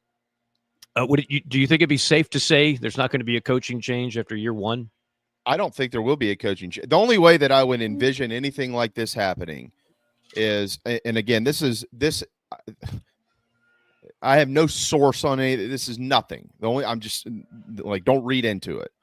The only way that I would envision anything happening is if Coach Maneri's like, I just don't want to do this. Like this isn't good for this program. This isn't good for me. This isn't good for the players. I am not going to be the one that can do. I thought I could, and I apologize. That's the only thing that I envision there. And then whatever happens with buyouts and all, I don't even want to get into that conversation because I don't think that that's going to be the case. But I think that's the only way that it could happen. I don't think that Jeremiah Donati, as the new AD, is going to be one of these guys that wants to just put his stamp on it and fire a guy in year one when he just took over in January. I mean, Jeremiah Donati's been here for 5 months. Right. I don't strike him. I know I don't strike him as the guy, Mike, that's going to come in and say, iron fist, here we go. Bam, bam, bam, bam, bam. This is now my pro. Now, I don't think that's the case. I do, though, want to make a quick comment on that. Because Jeremiah Donati is a third party, okay? He is not a Ray Tanner disciple. For the longest time, Mike, as you well know, when Coach Tanner was the athletics director here at the University of South Carolina, it was long believed that whenever he decided to retire, that Chance Miller would probably be the guy that just stepped into that seat, right? It was just thought of that way. I like Chance. I'm a big believer in Chance. I think he's going to do wonderful in Conway. I think he's already been doing wonderful. He's got an amazing family, and he brought a lot of killer ideas to South Carolina. But so that didn't happen, right? So he decided to take the AD's job up there at Coastal, and best wishes. So when the decision was made last year for Coach Tanner to kind of step down and move out of that role, they went out and they found an athletics director that has absolutely zero ties to South Carolina. None, right? As we all well know. And I think that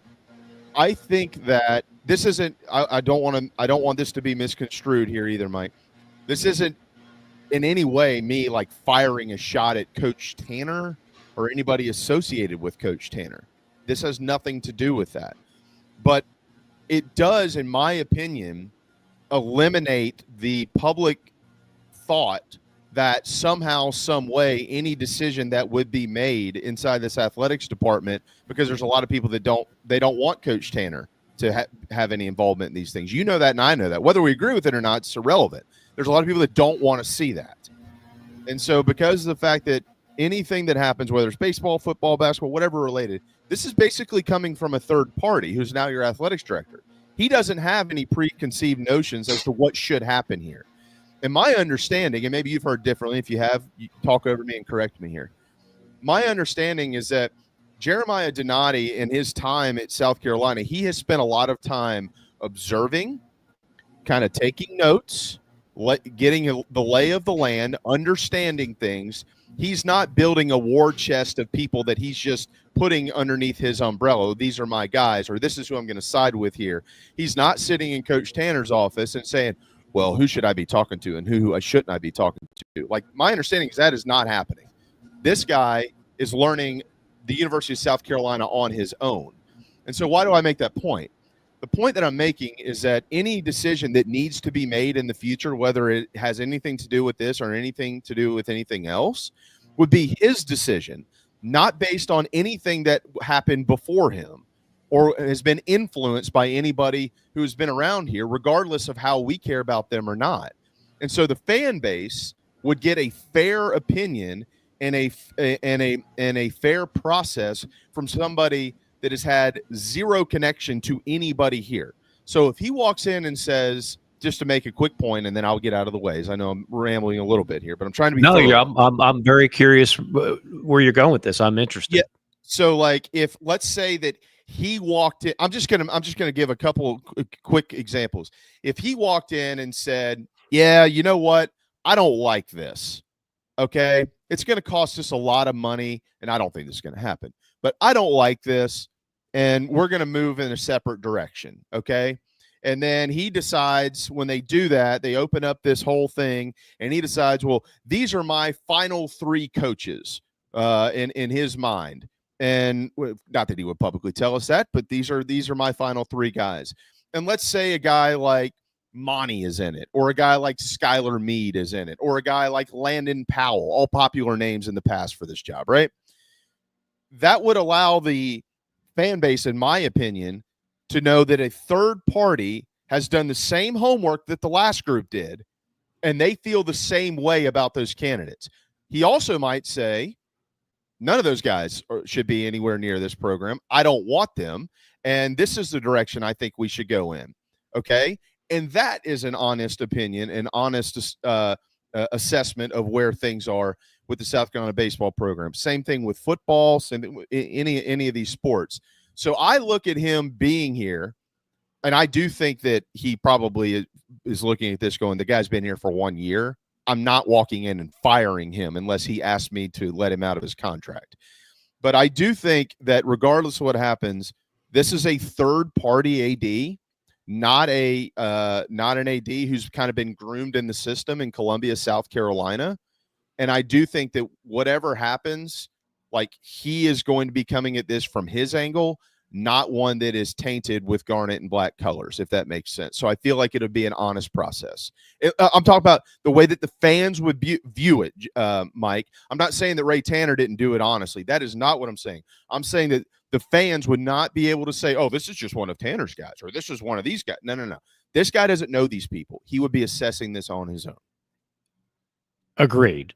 I mean, I don't know how much that would really differ from the last two Ray hires. It wouldn't differ. That's my Right. whole point. But I'm saying that the way that it's been viewed publicly, it would differ to those people. A lot of those people think that these were just buddy system hires, or Ray Tanner, everything he touches is tainted, like the Chad Holbrook thing. Well, it was a buddy system hire. No, he was going to go to Tennessee, okay?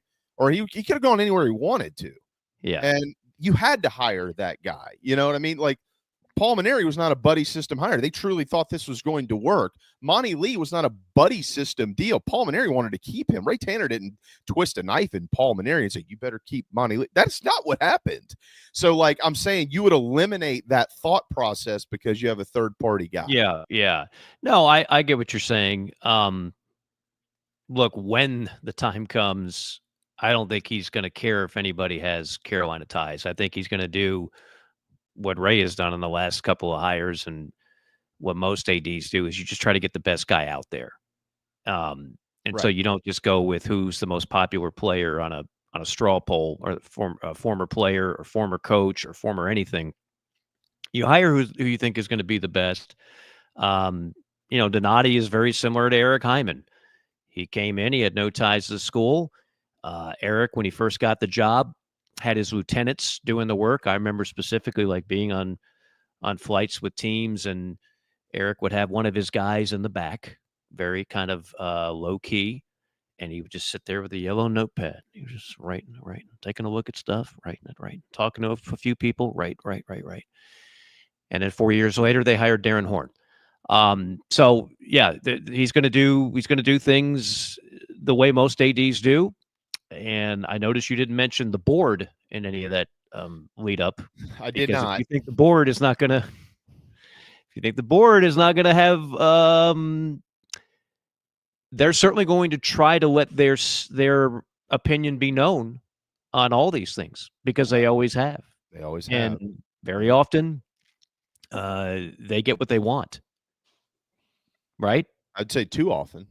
I mean, I'm just saying, very often they get what they want. So this is not, or to put it differently, they prevent other people from getting what they want, if that makes sense. Both. Yes. Yeah. Yes. So what I've learned, and this is not endemic to South Carolina, this is most places. You think that the AD is like unilaterally making decisions left and right, and then you find out, oh no, there's a lot more to it. There's a lot more cooks in that kitchen than we are led on to believe. That's a lot of places. I could bore you with examples of other places, but nobody cares. Okay, so but I think that I think all that plays a role in all of it. What about this? I'm with you, Jamie. I don't think there's much of a chance at all that Donati rolls in there and says, I'm going to make a coaching change here a few months into the job after 1 year and getting rid of a Hall of Fame coach. But could he not do what a lot of ADs do and say, look, maybe something's not working here. Perhaps you need to make a change in your staff. We see this happen in football all the time. We want you to stay, but we wanted a new offensive coordinator, defensive coordinator. Do some things, shake it up a little bit. Yeah. Do you think that's a possibility? What an amazing question. And here's why it's amazing, because Ray Tanner didn't do that. And Ray Tanner didn't do it because he's been a sitting head coach and he understands what it's like to have an AD force your hand to make a decision or not make a decision. And I never disagreed with how Coach Tanner did that. I'm going to hire you and I'm going to get the hell out of the way. I do think when he was first AD, Mike, that he probably maybe hung around a little bit more than looking back on it he would have liked when Coach Holbrook was head coach, because he had never not been in the dugout. Like he felt like he, I'm Coach Tanner, I can help, here's what I think. I don't know that was ideal at times, but I don't think that it necessarily hurt anything either. The question, though, that you ask is fascinating because ADs are so different, and I've never hired one. So if you're the president or you're the board of trustees, I would think that's a question that you would ask when you're interviewing athletics directors. How do you handle these things? Are you one that feels the need to force your head coach in whatever respective sport it may be to change something, whether it be you think necessary or whether it just be almost optical? Well, let's at least make it look like we're doing something different. So I don't know. I don't want to say that I have the sense that he would or they wouldn't, because I have zero sense on that. I don't know anything about I don't either. But you know where I'm going. I mean, that's what a lot of ADs do. It's kind of like, okay, I can't make a move here, but I also want to satisfy the fan base. So let me hedge my bets and do something in the middle. Yeah, and Mike, I would say this on that note, and again, you've probably forgotten more about it than I really know, as long as you've been in college athletics. So I'll give you some credit there. I do think that more times than not, when the quote unquote satisfy the fan base thing comes up, it backfires. I don't think that it's like I don't think that's the way that you should necessarily make decisions. You satisfy a fan base by winning. And so behind closed doors, if you are a sitting head coach and your staff and you're meeting with an athletics director and, the conversation comes up and says, well, here's the deal. We need to make sure we're selling tickets and keeping people happy. And so you're going to have to make a move. I would put that conversation well below what do you think is best for your baseball program? Right. And just, then you're going to live and die by that. Hey, look, I like all these guys and I like where we're going and here's why. Then you got to live with it. Coach Tanner had to do that. I mean, he evaluated everybody every year. He had meetings with every single coach every year in every single sport, and he let them make those decisions. He didn't make them for them. No, it's a great point. I mean, what if Eric Hyman, in his infinite wisdom, took every phone call that said, Ray Tanner, yeah, we're okay with Ray, but he's got to get rid of that Calvi guy. Right. Which was a strong sentiment for years. And then Mark Calvi went on to win one national title, has led South Alabama to regionals, and turns out he knows a thing or two about coaching pitchers.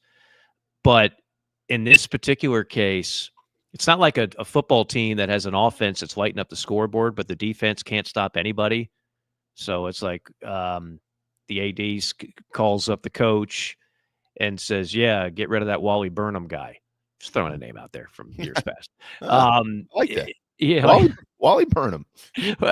Why not give Wally a little cameo on the show? Because the offense isn't hitting and the pitching, as John mentioned, the ERA and conference play is over 8.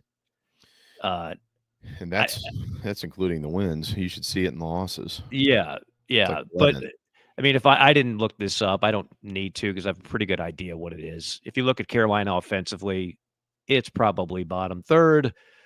And pitching, we know, thanks to Missouri, is 15th out of 16. So it's not like you can pin it all on one. But I know there are people out there that are more than the least bit critical on the pitching coach. That's a thing. Well, they should be. This is historically terrible. And again, I'm not gonna like jump off of this little hill that I'm standing on here. These guys are not that bad. They're just not. I mean, they're not. And it's ludicrous to me. This staff, when you look at this staff, Mike, from a I guess historical lens or career, let's call it a career-wide lens, and you look at all the things that they have achieved themselves individually in their careers, it's pretty astounding if you actually think about it. I mean, Mainieri stands on his own. Terry Rooney helped create the roster that Paul Mainieri won a national championship with when he was at LSU, and then he took off for Central Florida and was a head coach there. Okay. He's been around the block. He's recruited some of the top players in college baseball in his time as a head coach. Monty Lee has recruited and coached some of the top players in college baseball in his time as a head coach. I mean, he is the hitting coach for the two greatest home run hitters in program history, Justin Smoke and Ethan Petrie. Monty Lee took the College of Charleston to a couple of super regionals and was 2 1-0 games shy in Lubbock, Texas, of going to Omaha at the College of Charleston. You hear that? Like, he goes to Clemson and had to take that job. That was a breakthrough in his career. If you think about it, you got to take the job when you're offered that. I know Coach Tanner encouraged him to take it, and he goes up there and has these guys on the right track. And let me just be honest with everybody. You have the Jack Leggett shadow over the whole thing, the whole time. Okay, I'm not making an excuse for him. I'm not saying it's Jack's fault. That's not what I'm saying. But he stepped into a pretty tight spot up there too, having to replace Jack Leggett. And there was still a lot kind of going on, okay? And then COVID hits and things just aren't on track, and he gets fired. But the guy has also recruited unbelievably well, and if he walks into any school in this state and beyond, he is like, oh my God, Monty Lee's here. So what I'm saying is, you take all these guys and you take what they've done in their careers and you put them on one staff, it looks like a total winner, big time. And it has been anything and far from that. And I don't know what's going to come, but I do know that it's pretty discombobulated, and that is just in my eyes, it's really sad. Sorry, I got the leaf blower guy right outside the door. Hope that didn't interrupt your passionate plea there right in the middle of it. Hopefully you don't hear that. No, I understand everything everything that you're saying. Do we have a break, or should I get this in after the break? Yeah, well, that's fine. Yeah, why don't you slide us to a quick timeout? Yeah. So what the other side of the break, I'll just go over. I was just kind of brainstorming this morning on the kind of, relatively speaking, where the hires, some of the similarities of other schools, and everybody can always, of course, be the judge on how they've worked out. But really, Carolina, the overall synopsis is Carolina has hired every there's like 3 different buckets of coaches, right? The assistant, who's never been a head coach, but the hot young assistant, the coach that has taken a mid-major to some success, and then there's the well-established coach. And in the case of Carolina, there's been all 3. So we'll crunch a little numbers on that and have some I don't know if you call it fun, but we'll go ahead and break that down a little bit. Fun is what you have at D's Wings over there in West Columbia. That's fun. 20 TVs, 25 beers on tap. That's fun. Did you watch the Kentucky Derby? Did you catch any of the Derby? Yeah. I think Shane was there. Absolutely. Pretty sure Shane Beamer was there. He was, him and Emily. Yep. Yeah. We had it on. Always exciting. Very cool. 2 minutes and whatever seconds to watch when it does happen. You had to have a mutter Sovereignty must have been a mutter. His mutter was a mutter, Jamie. Mutters do well in that type of track. But you had that going on. You had NBA playoffs. You had Major League Baseball, college baseball. Yeah, that's right. Leggett was at the Derby. He's a big horse guy. Yeah, pretty cool. But I don't know where that transitions into Buffalo wings, but somehow it can, because 75-cent wings on Monday, that's what's happening 4 until close at D's. Tuesday, that's Taco Tuesday, but not just tacos. Carnitas tacos, firecracker shrimp tacos, and my favorite special Wednesday evening at D's, 18 wings and a pitcher of beer for $29. Very good stuff. And as always, top-notch customer service. If you want to place an order for pickup, a real human being will answer the phone and not make you hit 27 prompts before you get to that human being. And no table is too big. Just call ahead of time. You got 30 people, they'll make it happen. They'll make it work. They always do. Billy and the gang there do an outstanding job at D's Wings in West Columbia. If you're thinking about lunch or dinner, think about D's. We are going to hit a timeout. More on this, and we've got more. It's not just baseball, but we know it's on everybody's mind, so we'll come at it from a little bit of a different angle up next.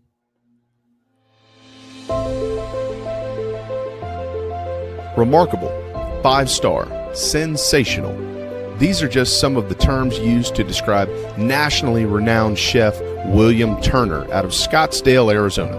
Originally from Georgetown, South Carolina, and a diehard Gamecocks fan, Chef Will made his way out west and has served parties from every state and many countries from across the globe. If you're in Arizona or have plans elsewhere, visit chefwilliamturner.com to inquire about private events and more. From MLB to NFL, the chef has served everyone.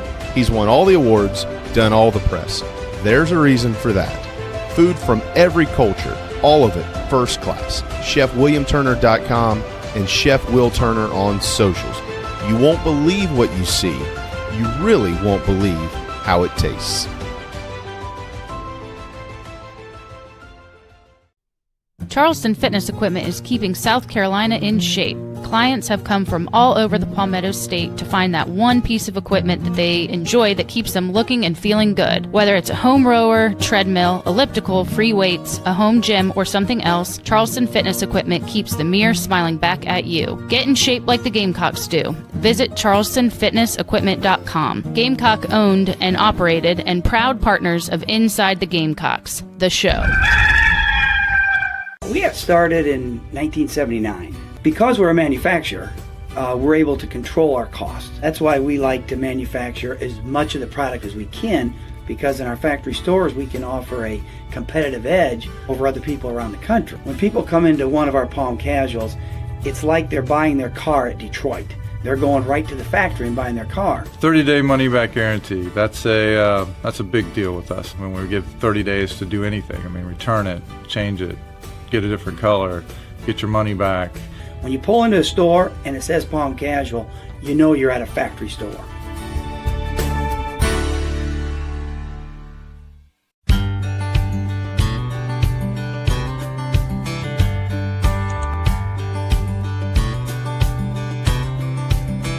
Get along down the road. We got a long, long way to go. Scared to live, scared to die. We ain't perfect, but we try. Get along while we can. Always give love the upper hand.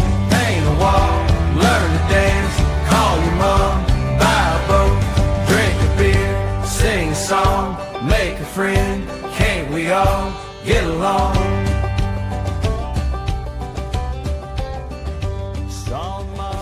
All right. It is, I don't know what time it is. 10:35. Welcome back inside the Gamecocks The Morning Show. Carolina baseball. Post-game show is brought to you by, I can't find it. The hell with it. The hell with it. One hit. Our coverage of Gamecock baseball brought to you by Palm Casual, palmcasual.com. The Porch got some good work, as you mentioned, the Derby. We watched the Derby out there this past weekend. Palmcasual.com, 4 locations here in South Carolina, 1 in North Carolina, up in Wilmington. And also, it's that time of year, and we, matter of fact, my neighbors, 2 streets over, came cruising by the other day. Their kids did on these like kids electric bikes, I said, where'd you get them? Oh, this place in front of Lowe's in Mount Pleasant. I said, Electric Bikes Charleston? Yep. It's my girl. It's my client over there. And they were loving it. It was awesome. One little boy was like, look, Mr. Jamie, I don't even have to pedal and the bike moves. I said, that's my type of bike right there, my man. So if you head to electricbikescharleston.com, you can enjoy the outdoors this summer. electricbikescharleston.com. If you're going to be cruising in your neighborhood and have no fear of getting pulled over by police, you can put a little cup on it and a little cocktail or something on Friday evenings. You ride around and listen to her at church on your electric bike. All right. You had some numbers, Mike, or some maybe not numbers, but examples. Yeah, well, there's some numbers baked into this, but I was just thinking, I've always one of my kind of theories on the way coaching hires are made. Like when something doesn't work, what do? Do you hire the same type of coach that fits the same type of profile? No, you go the opposite direction, right? So maybe I keep going to football. If you can't tell, I still have football on the brain. And something tells me we're going to be talking a lot more football here pretty soon. If you hire a defensive coordinator as your head coach and the team fails, I think you froze, Jamie. Are you okay? Is that me or is that you? I'm good. Okay, you were frozen there. Your face was. You hire defensive coach. Your team winds up going 4-8, 4-8, 5-7, and you're last in offense every year. What are you going to do? You're going to hire another defensive-minded coach? Hell no. You're going to hire the young offensive whiz to run a new offense and bring excitement and sell tickets. So same thing goes in baseball. Like you hire one type of coach and it doesn't work. What do? You go to the opposite well. So here's kind of the analogy I was thinking. And bear in mind, I'm not saying that the comp matches the results, right? So you don't need to tell me, well, he did better than that guy. I got it. I understand that. Okay, so when Chad Holbrook was hired, we've talked about this a bunch. Chad was a hot assistant coach with a great recruiting reputation at not one but two places, North Carolina and South Carolina. You look at the best Tar Heel teams back in that time, a lot of major league talent, both on the mound, at the plate. A lot of those guys Chad Holbrook recruited and was an assistant coach, so he coached them too. Then he goes to South Carolina, joins his old buddy Ray Tanner, and not only does he continue to recruit well, not only does he continue his post as a top assistant, oh, by the way, they win 2 national championships. So was there any doubt that when Ray moved on that it was going to be Holbrook's job? I don't think so. So in a lot of ways, hiring the longtime assistant who is very successful and has a recruiting background in multiple schools, that's Tony Vitello. Now, Chad Holbrook had a much higher profile than Tony Vitello because, again, Chad was part of 2 title teams. Right. A lot of people that are fans of college baseball did not know who the hell Tony Vitello was, if we're being honest. Yeah. A lot of them didn't know. I knew because I covered him as an assistant coach in the SEC. He was always a chatty fella, and it was nice enough to me, so I like Tony. Little did I know he'd become the biggest, most hated coach in the SEC, which is what he's been. And by the way, I say that, he wears that as a badge of honor. He likes being the guy wearing the black hat. But that was the hire. And when Tennessee made that hire, the general reaction from people, including in Tennessee, was another Tennessee hire that'll be gone in 4 years. And Tony Vitello brings Tennessee to the promised land, takes them to multiple Omahas, and they win a national championship. And they don't seem to be softening up anytime soon. They'll probably be a perennial NCAA tournament team, and something tells me they haven't seen their last Omaha. So needless to say, that worked. But that's the type of hire Chad Holbrook was. Never been a head coach, assistant, great recruiting rep. You roll the dice, you come up with it. That was hire number 1. So then they make another coaching change. Jamie, do you think they'd hire another guy who had never been a head coach? No. No. I don't think anybody thought that. No. They of course, right? Because you got to go opposite. So you just try the successful assistant. It didn't work, not well enough to keep everybody happy. And so now you got to get an established head coach, and make no doubt about it. They went after all the big names you're thinking they should have. And Ray really thought he had Kevin O'Sullivan for a number of different reasons that I won't get into. And Then all of a sudden they win a national title. He's got leverage beyond belief. He winds up staying. Okay, I still got to get a guy who's got head coaching experience. They land on Mark Kingston. Mark Kingston took USF, that's the University of South Florida, to 2 NCAA tournaments in 3 years. Before that, he was a very successful assistant at both Miami and Tulane, two teams that went to Omaha. Miami's got a national championship ring from his time with the 1999 Miami team. That hire to me, Jamie, has a little bit of Chris Lemonis feel to it. Chris Lemonis spent 4 years at Indiana. That's a bigger school. It's not a mid-major, but Indiana, not necessarily a national power. Okay. I had him in 2013 in the Super when they knocked off Florida State, but that's with Kyle Schwarber. But still, Indiana, not exactly a great job. But he was successful there. He took them to 3 NCAA tournaments at Indiana. So he'd already been a head coach. He'd proven it. He could do it at a smaller, less rich and resource type school. And the motto there is kind of, if he can do it there, he can do it at an SEC power. So they hire Chris Lemonis. Well, we know how that's gone. He won a national championship, and now he's about to miss the tournament for 3 times in 4 years. They've basically fired him, and you've got an interim who does have some Gamecock ties, right, Jamie? Yeah, Justin Parker. Yeah. So Kingston to me was like the Lemonis hire, and sometimes those work, and sometimes those don't. And Holbrook was like Vitale. Sometimes those work, and sometimes those don't. So now you're rolling the dice a third time. The other 2 ways have not worked out. Again, you pick up the phone, you call Godwin, you call the cat at Louisville. For however reason, does not want to leave Louisville. I have some thoughts on that too, but that's a whole other story. You get some rejection letters. Okay, some people turn the job down. And you wind up with Paul Mainieri, who on the surface, it's like, man, a Hall of Famer? I mean, we've done that a couple times in football. It's worked out pretty well, right? Is he older? Yes. Has he been out of the game in a couple of years? Yes. But it's Paul Mainieri. He's got a national championship on his resume. He took LSU to 5 World Series. He won multiple SEC championships. He won multiple SEC tournament championships. That hire to me, I'm going to give you 2 names. Jim Schlossnagle, okay? Jim Schlossnagle, when he got hired by A&M, we know he's at Texas now. You know, he was the winningest coach in TCU history, racked up over 500 wins. He led TCU to the College World Series 5 times. I know. 2010, 2014, 2015, 2016, 2017. That'll never be done again at TCU. He won, I think it was 2 or 3 National Coach of the Year awards. He not as old as Paul Mainieri, but he's up there. He's not a spring chicken, right? Schloss wasn't when the hire was made, and Texas A&M has some success under Schloss. I'll give you an even better example, and I just thought of it last second. Ron Polk at Georgia. Yeah. Right? So Ron Polk retires, which is odd because if you know Ron, and I've gotten to know him fairly well over the years, his whole life is baseball. I mean, right. I don't know what else Ron does other than fish, and he wants to be around the field. He loves the game of baseball.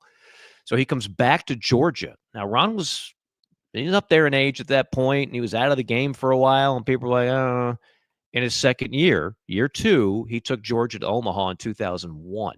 I think that was a team with Jeff Keppinger. They had some dudes. And then, of course, Ron then leaves Georgia to go to where he loves to go, which is Mississippi State, and he has success there. So you can see, like, there's different ways to skin a cat. You go with the hot assistant. You go with the guy who's won as a head coach at a place that typically doesn't win, and you hope with SEC resources he'll really win.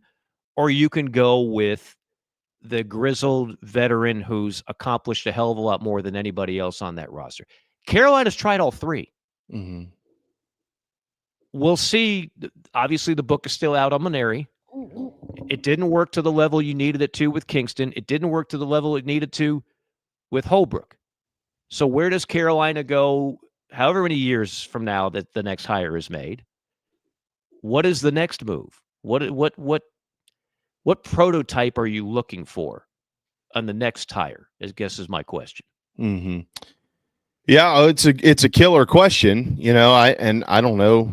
I would say the type that you're looking for is a winner, but all those guys won. All those guys have won. I mean, the one that won the one that won the least, I would say, obviously would be Coach Kingston if you're going to compare resumes. But Chad had never been a head. I'll say again, I've said this before, and it's very unpopular amongst the those that just, hey, look, I'm gonna stay down here at the bottom of the well, and I'm gonna hate my life, like those type people. I believed it then, and I believe it now, and it has zero to do with the fact that we have a relationship with Chad, that they fired him a year too early. Like I thought he deserved another year just because of how the roster was set up. Okay. That's what I thought. Somebody can disagree with me. That's fine. That's okay if people disagree. I think it's America. I believed that they had fired him a year early. And I believe that the people that really wanted that to happen don't know jack crap about baseball. But that's what I believe. Had he stayed on, and I mean, King took that team, that roster, and they went to the Super Regionals the next year at Arkansas and won a game in Fayetteville. Had he stayed on, would they have done the same thing? Would they have made the postseason? Would they have missed the postseason? Would they have gone to Omaha? I don't know, but it's fair to speculate just because the new guy comes in and goes to the Super Regionals with the old guy's players. So it's fair to speculate all of that. I look back now, Mike, at the last, basically, what is that? Is this 9 seasons or so since Coach Tanner? Or since Coach Holbrook? When was his last year was 2017. 2016, wasn't it? Wasn't King's first year 2017? King's first year is 2018. 2018, okay. So yeah, okay. So eight seasons, I guess, right? Because Mark was technically here for 9 or 7, even with the COVID deal. So you look back at the last 8 years. I haven't seen a South Carolina program that's had any identity. And that's the big thing to me is I don't know how to describe these guys. Like I don't really know who they are, what they're about. And that's where my frustration really stems from, is like this program had this incredible dirtbag, roughneck, we're going to win anyway, fight you until the end mentality for so long. And while you've seen some of that from time to time, and obviously you've had some big comebacks and some walk-offs, we can pick out individual games all we want. I don't think it's been indicative of exactly what this program really truly is. They've had some moments, but it's not like that's not their calling card. And so whatever that is, and whoever's got that is probably what needs to be leading this program. I'll say this too, and I'm sorry, Mike. No, you're good. Too. I don't care who the head coach is at South Carolina. I care who the right coach is. I don't give a crap if it's the winningest coach in the country, or if it's a coach who's been fired, or if it's a coach who's never been a head coach. I don't care about any of that stuff. I want the right guy for the University of South Carolina. And if the fans don't like it, that's fine. If the board doesn't like it, it's not fine generally because they have a bunch of power, but hopefully they'll give it a chance. Like, I want the guy who is right for this job. Shane Beamer is right for South Carolina football. I think we can all agree on that. Fire Ray Tanner. Well, he hired Shane Beamer. Oh, yeah. So like, I think we can all agree on that. Like, he's the right guy. He has created an identity for Carolina football. Where is that guy for Gamecock baseball? Is that Paul Maneri? Maybe it's too early to be saying stuff like that. It probably is. But obviously, with what we've seen this year, we've never seen that. I've never seen this in my lifetime. So it's hard to not have a very enthusiastic reaction to it. Yeah, no, I don't disagree with anything you just said. And I think there's a lot of that out there. I look at it, Chad, when he was let go, missed the tournament for the second time in 3 years. And I think Chad's a very good coach. And it's kind of funny. I think his appearances on this show courtesy of you, have made people fall in love with Chad again. And all the seeing that personality that is so likable that helped him become a great recruiter. But at the time, it was awfully toxic. I mean, Chad couldn't have his family at games. It got so nasty. Yeah, it was terrible. I mean, it was absolutely just brutal. Yeah. And they had never 2 and 3 years. Sorry, I'm just saying 2 and 3 years is not good for this program. But it's even worse when you haven't missed the postseason since the 90s. Well, that was my next point, is that, again, well, since 2000, Ray started that streak in 2000, and they make it, 15 straight years? And during that time, I mean, it just seemed like every year as a fan, you had the hope of Omaha, and it was a legitimate hope. I mean, even teams that really had no business. I go back to like the 2003 team lost so much. We go down to Georgia Tech for a regional. If you remember what happened there, Jamie, there was a really good Georgia Tech team that was hosting. Guess what? We never saw them because they lost to East Carolina and Stetson. And so Carolina goes to the Georgia Tech regional, never faces Georgia Tech, wins the regional, comes back home, beats the Tar Heels at home, owned the Tar Heels at that time, and winds up going to Omaha. 05. If it wasn't for Steve Pierce, I mean, that team wasn't going to go very far at all. They still made it to a regional.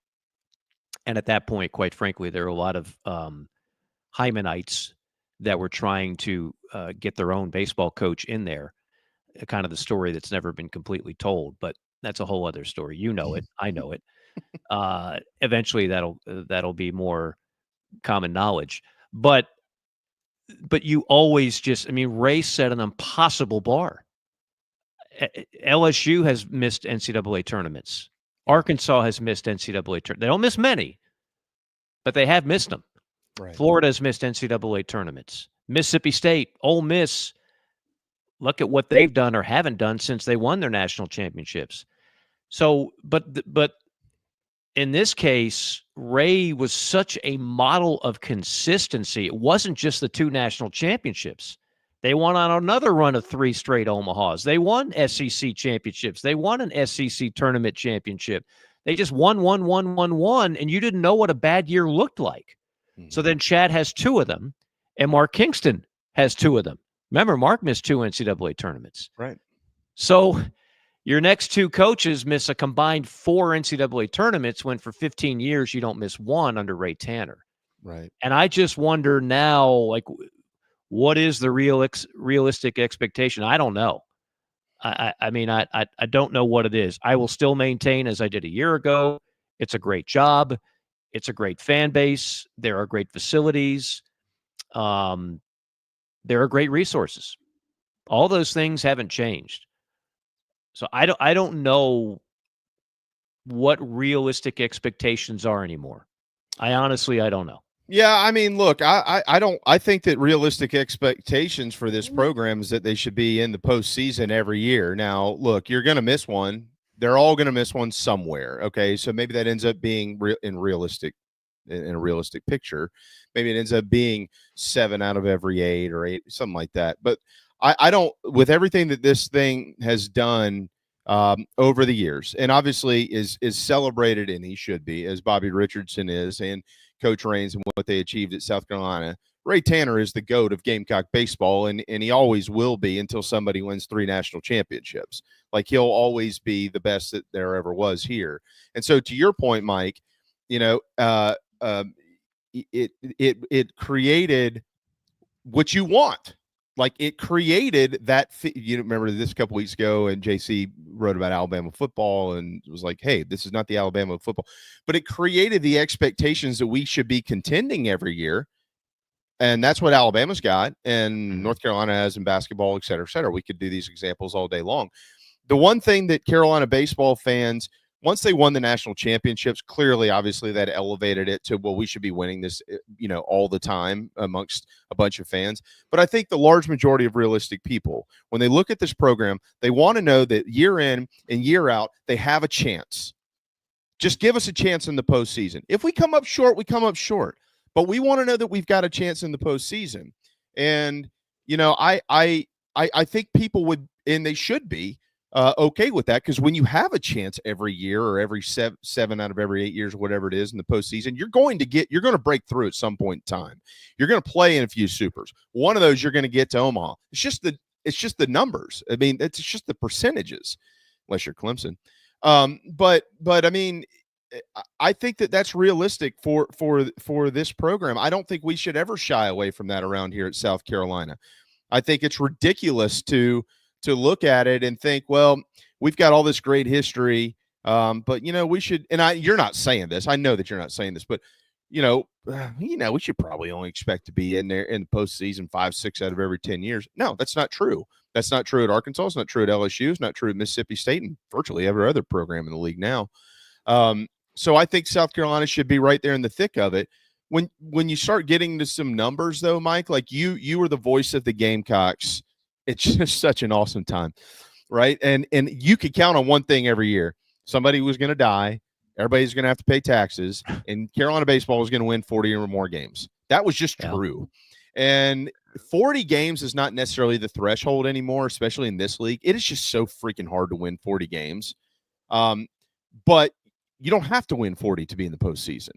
You just have to get into the postseason, and then if you win, you'll get to 40. So it's not really the threshold anymore, but this team should expect to be in the conversation, and they should never have 5 and God whatever seasons in this. No. That should never happen. 8-22 should have never happened either.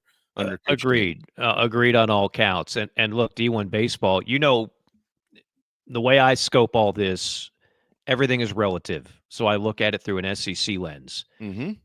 D1 baseball right now is 13 out of the 16 SEC teams going to the tournament. Yeah. Now, we don't know if that's going to happen. It might be 12. It might be 11. I don't know. But right now they have 13. They have 7 of the 16 host sites coming from the SEC. So, yeah, it's a hard pill to swallow when you're not one of the 13. Missouri they're operating at a different level. They don't have the resources. They don't have the support. They don't have the tradition. They don't have any of that. So it's almost like a 15-team conference for baseball. And, if you're going to be one of the 2 teams that does have resources that doesn't make it, it's tough. This year is what it is. Like, to me, 2026 is everything to let you know where it's headed. And that's why I asked, Whittle specifically the question on recruiting and what that's looking like. I don't know. I don't know what the portal is looking like, and I'm not sure if he has all the answers. But to me, that's where it's going to start. Because while I 100% agree with you, Jamie, they're better. There's more talent on this roster than what has been displayed. I totally agree. But there is a situation where they were picked 14th, 15th for a reason. And when you looked at the 50-something players that were preseason, first team, second team, all SEC, Ethan Petrie was the only guy. Yeah. And Ethan Petrie is not in the lineup right now. So, I love the future of Scobie. Hope they can keep him. I love the future of Hollins. Hope they can keep him. There's some other players that I really like on this roster too. But to me, it starts there. But you are going to have to bring in some dudes. You just are. 100%. You just are. And if you don't, it's not going to be this bad again, I don't believe. But it's going to be a chilly season where you're just not in the same you're not in the same battlefield as these other SEC teams. You're just not there. Mm-hmm. They have to start upgrading the talent. And yes, I recognize it was good enough to get to a regional last year. Well, not everybody's gone. I mean, obviously, not everybody's still here. There's one guy, and I don't know where he is right now in minor league baseball, Jamie, but I'm sure Messina is doing quite well. And I'm sure he's still got a good chance to make it to the big leagues. Like, you had 2 dudes. You had Messina and you had Petrie. Well, now you've got one. And as I talked about back in February, my concern was, well, who's going to hit behind him? And even when he has had good support, to me, he hasn't seemed right all year from his standpoint. I don't think he's been top level all year, and I don't know what it is. Yeah. Well, he hasn't, to be honest with you. And I I'll just, yeah. I mean, I don't need to say anything else. I think everybody's seen everything that they need to see. What they're being asked to do and told to do. I just fundamentally disagree. See, with but I mean, two things can be right at the same time. I'll because I know we're way into the weeds, and two things can be right at the same time. Like, even if you think, what is that? Oh, okay.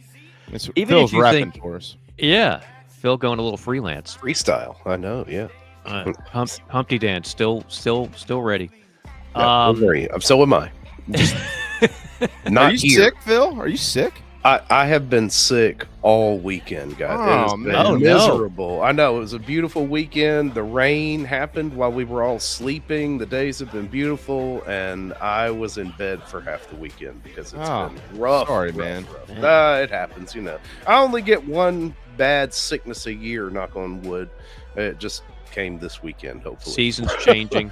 It's pretty common when the weather starts getting funky like it is. Just to put a bow on it for me, Jamie, two things can be true at the same time. Like, even if you believe there's been a lot of mistakes done in coaching, right? And I know I think it's pretty safe to say you have some strong opinions on that, correct? I'm not speaking out of school. No, you're not. Okay, so even if you think that's true, some of it is on the players. Like, it's not all just on bad coaching decisions. Or bad instruction, or bad this, or bad that. Like, again, when Ethan Petrie's been around the block for a while. When he's in the batter's box, if he's chasing too many pitches, if he's not being aggressive enough on hitters' counts, if his power is down, like, some of these things, I can't just say, well, that's clearly because the coaching change. I can't go there on that one. Yeah. You know what I mean? I do know what you mean. I will agree with you on this one case specifically with him. I think who he is as a hitter, and who I don't agree with what they are trying to turn him into. I just don't agree. I mean, I certainly agree that he did, especially earlier in the season, he had made some adjustments which were really, really actually phenomenal. And there are more two-strike adjustments to be able to see the whole field. That's something he needed to do big time. But he's going to be pitched differently because he's the only lethal threat in the lineup. And when he's in the box, and again, without getting too far in the weeds on this, he can't be expected to go up there and just put the ball in play. Like, this is the one guy who actually can hit the ball out of the yard every time he swings the bat. Like, we can't be protecting his walk and strikeout numbers. Like, he's got to go in there and understand what is coming to him and how he's going to approach that. And I just feel like that was totally toyed with. I mean, overly toyed with this year. I mean, ask yourself a question. Like, last year, the strikeout numbers were too high, but the power numbers weren't. So they worked on that, right? We got to figure out the strikeouts here. What gets you? There's a couple of things to get him. He is one of the most feared hitters in the league, and this has been his worst season. Why? And he's had the same hitting coach for 3 years, so let's not go there. I mean, I think I know where you're going with that. It wouldn't be the first time a guy had a drop-off in his final year, among other things, draftitis and everything else that goes on. But, I mean, I can name for you. He doesn't have that, though, I mean, I don't know what he has. I talked to him during the Ole Miss series, and he was talking to me about, his key and his approach. He pointed at one of the signs out there in right center field. Like, if he's aiming right center, good things happen. Because that way you're not overly pull happy, and you're – anyway, I don't know. That's true. Yeah, I mean, like you said, he's had the same hitting coach. I don't know how much he's changed based on something that the head coach has said or what. I just think part of the thing is, too, again, you don't have a lineup that's very long. there's holes in this lineup. And so my big thing, remember when Kennedy Jones was a thing? As a guy that was going to protect. I mean, he doesn't even see the field. I mean, I get nervous when he's up there too. I'm like, oh. I mean, Blake Jackson doesn't see the field, and he's got the highest on base percentage on the team. So somebody explain that to me. You can't score runs, but you can't score runs unless you're on base, and the guy who gets on base isn't in the lineup. Who they have hitting? Well, Petrie wasn't even in there. Yeah, I don't know. I mean, we had Kazmar early in the conference season too, hitting well over 300, and he just kept getting moved around in the lineup. I'm not saying that that's the cause for the fall in his production offensively, but it leaves questions. It leaves questions. I mean, Blake Jackson got on base 5 times in Game 2 this weekend, and he wasn't in the lineup in Game 3. I mean, feel the frustration in Whittle's tweet with that too when he put it out there. Ryan Bakes was a guy who was like one of the most powerful, feared guys on this roster. Where are you going to play him? And he's not the best catcher on the roster. That was Talmadge Leroy, and that hurt when he went down. Yeah, I'm saying, Ryan Bakes. We're not going to let that guy swing the bat every once in a while. Yeah, I mean, you're not going to put him behind the plate. At least they're not. That's what I was told. No, they were. He was. I would say, Mike. I would say he was. At best, he was probably the 3rd best catcher on the team. Right. But you could probably argue 4th because Coffer had caught 28 games at A&M. I think it was 28 or 29. So he had plenty of league experience. I would say. You could probably say from a defensive standpoint, he's that's his liability, big time, no doubt about it. But offensively, did he? He's got like 9 at bats this year. It's baffling to me. Who did DH for the 3 games? Talking about this weekend? This weekend, they had Woida in the first 2, I think. Yeah, Woida, and then but they couldn't move him to when Bo Hollins went down with the hammy. They couldn't because it was a restart of the game. So Woida was in the DH, so they couldn't move him to first because it would kill the DH and the pitcher would have to hit. So they had to move Tippett to first, and then Woida moved to first, and then they DH'd. I can't even remember now. Goodness, all right, it's a mess. But I mean, it's May, so you can't just throw Bakes in there. All right, son, go out there and hit. You haven't hit for 4 months. Get in there and get it done. Yeah. I'm just. We could do this all day, man. Hey, I don't know about you tomorrow, Jamie. I'm not even going there tomorrow. No. I'm ready to talk some football and anything else. I will give you a breakdown of my Cinco de Mayo drink list. I will give you anything, but not breaking down every milk and cranny of a team that clearly at this point has lost hope at the postseason. Yeah, and I'm not even comfortable in questioning in game stuff very often, but also, I mean, there's some things where it's like, okay, well, I mean, what I'm just using basic common sense with some of this stuff, and some of it doesn't add up, and it's not me. I mean, you think I just say things that aren't? I mean, come on, I know. These things. I trust me. I know where a lot of this is coming from. I don't get it, but it is what it is. And, we might actually have Landon Powell tomorrow. Those guys are competing for a national championship. That'd be great. Level. Love Landon. We're going to try to squeeze him in tomorrow. I know John will be here, but Landon might join us in hour 1. We got to try to work on that. Yeah, no, that'd be fantastic. I talked to Landon. I don't know, a few months ago. I was unfortunately you interviewed him the big preseason show, didn't you? He was on opening day. Yep. Yeah, I missed that, but no, Landon was one of my favorite players to cover. Oh, by the way, I meant to say this earlier. Y'all were referencing John mentioned, and rightfully so, the 97 staff ERA during the big bat era before they went to drop 3. And it was certainly an interesting era. Balls were leaving the yard left and right. However, that would never, in my mind, diminish diminish anything that Ryan Bordenick did at the plate by hitting .419 that season. He's one of the best hitters I've ever seen that often gets forgotten about around here, and he was a hell of a catcher. Bordenick was – look, even those teams that didn't have postseason success in the late 90s had some studs. You know, you start talking Brian Roberts, you start talking Adam Everett. Yeah, I mean, there's some dudes. Thank you, Phil. Love you for that. You just made my Cinco de Mayo with a little digital underground. That's right. Time to celebrate with a margarita and some queso. What are you guys doing for Cinco?